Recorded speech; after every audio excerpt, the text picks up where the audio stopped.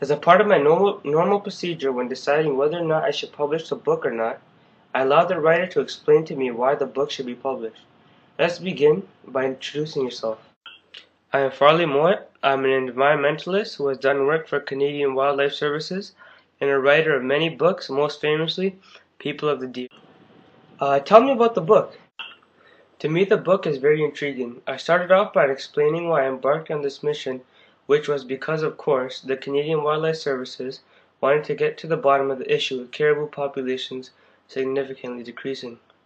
Then I started out by talking about my expedition in the airplane flying over the Arctic and then being randomly placed in the middle of nowhere to begin my journey.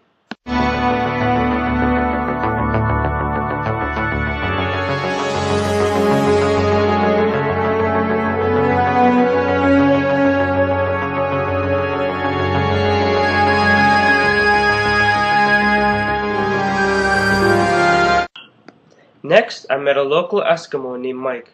He let me stay in his cabin. The Eskimos are well known for their hospitality. Mike later introduced me to his cousin named Utek. He's a shaman and can oddly understand the thoughts and speech of the wolves. It's because his father made him live with wolves as a kid.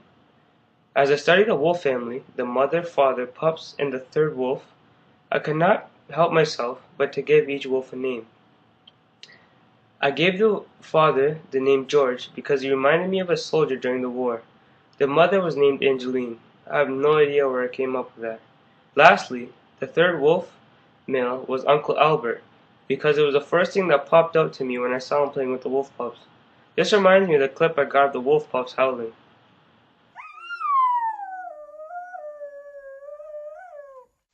Throughout my observations, I learned the wolves did not hunt unless they needed food. A common misconception of the wolf was that they are brutal creatures who hunted recreationally. I actually got a clip of George attempting to hunt a deer. Here it is.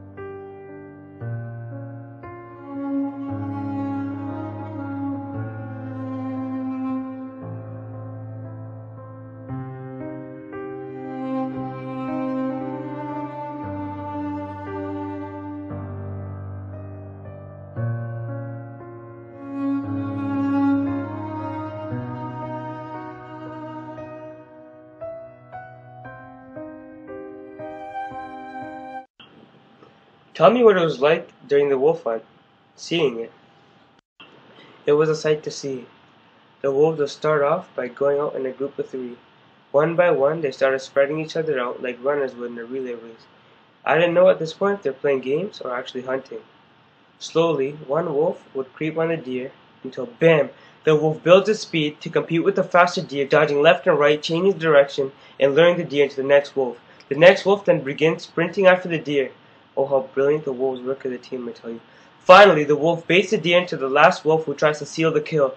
The deer will eventually panic and start zigzagging, allowing the wolf to zero in on the deer, and then prance, claiming the kill. Very nice, Farley. Very intriguing.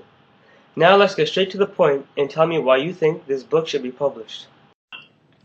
I wrote this book to change people's beliefs on nature, specifically to tell them that wolves are not savages and ruthless killers. Wolves are peaceful animals who only aim to harm when put in harm's way.